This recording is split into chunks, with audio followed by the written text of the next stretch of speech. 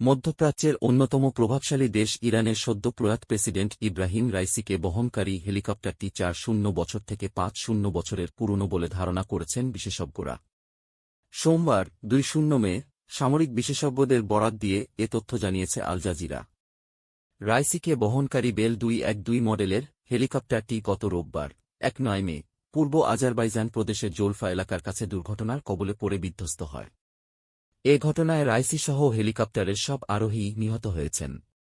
আল জাজিরার এক প্রতিবেদনে বলা হয়েছে, ফ্লাইট গ্লোবালের 2024 ওয়ার্ল্ড এয়ার ফোর্সেস ডিরেক্টরি অনুসারে বেল মডেলের কতটি হেলিকপ্টার ইরান ব্যবহার করছে তা স্পষ্ট নয়, তবে ইরানের বিমান বাহিনী এবং নৌবাহিনীর বহরে এই মডেলের 10টি হেলিকপ্টার রয়েছে। রাইসিকে বহনকারী হেলিকপ্টারটি ৫-০ বছরের পুরনো। ইরানের সরকার আসলে কিভাবে পরিচালিত হয়? প্রতিবেদনে আরও বলা হয়েছে, ইসলামী বিপ্লব সংঘটিত হওয়ার আগে শাহের আমলে বেল এবং আগুস্তা হেলিকপ্টারগুলোর একটি বড় ক্রেতা ছিল ইরান।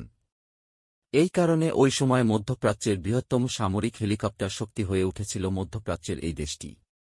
পশ্চিমা রিপোর্ট অনুসারে বর্তমানে ইরানের নৌবহরে রয়েছে ইতালীয় নির্মিত নৌসংস্করণ অগাস্তা বেল এবি ২১২। ইরান ছাড়াও বেল ২১২ মডেলের হেলিকপ্টার ব্যবহার করছে জাপানের কোস্টগার্ড, মার্কিন আইন প্রযোগকারী সংস্থা এবং ফায়ার বিভাগ। এছাড়াও থাইল্যান্ডের জাতীয় পুলিশ এই মডেলটির হেলিকপ্টারটি ব্যবহার করছে। এদিকে হেলিকপ্টার দুর্ঘটনায় ইরানের প্রেসিডেন্ট ইব্রাহিম রাইসি নিহত হওয়ায় ভাইস প্রেসিডেন্ট মোহাম্মদ মুকবারকে প্রেসিডেন্ট হিসেবে অন্তর্বর্তীকালীন দায়িত্ব পালনের জন্য নিযুক্ত করেছেন দেশটির সর্বোচ্চ নেতা আয়াতুল্লাহ আলী খামেনি। সোমবার ২-০ মে মুকবারকে ভারপ্রাপ্ত প্রেসিডেন্ট হিসেবে নিয়োগ দেন তিনি। এক বিবৃতিতে খামেনি বলেন, দেশের সংবিধান অনুযায়ী মুকবার নির্বাহী বিভাগের নেতৃত্ব দেওয়ার দায়িত্ব দেওয়া হয়েছে। এছাড়া প্রেসিডেন্ট নির্বাচন আয়োজনে তিনি আইন ও বিচার বিভাগীয় প্রধানদের সঙ্গে কাজ করবেন। এছাড়া ইরানের ভারপ্রাপ্ত পররাষ্ট্রমন্ত্রী হিসেবে আলী বাগেরি কানিকে নিয়োগ দেওয়া হয়েছে। ইরানের মন্ত্রিসভা তাকে মনোনীত করেছে। সোমবার ইরান সরকারের মুখপাত্র আলী বাহাদুরি জাহরমি এ ঘোষণা দেন।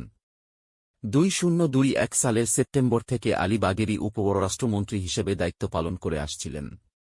তিনি নিহত পররাষ্ট্রমন্ত্রী হোসেইন আমির আবদুল্লাহিয়ানের স্থলাভিষিক্ত হলেন। প্রসঙ্গত, হেলিকপ্টার দুর্ঘটনার ইরানের প্রেসিডেন্ট রাইসি, দেশটির পররাষ্ট্রমন্ত্রী হোসেইন আমির সহ হেলিকপ্টারে থাকা সবাই নিহত হয়েছেন। রোববার ১-৯ মে দেশটির পূর্ব আজারবাইজান প্রদেশের জোলফা এলাকার কাছে দুর্ঘটনার কবলে পড়ে হেলিকপ্টারটি। কালবেলা অনলাইনের সর্বশেষ খবর পেতে আমাদের চ্যানেলটি সাবস্ক্রাইব করুন।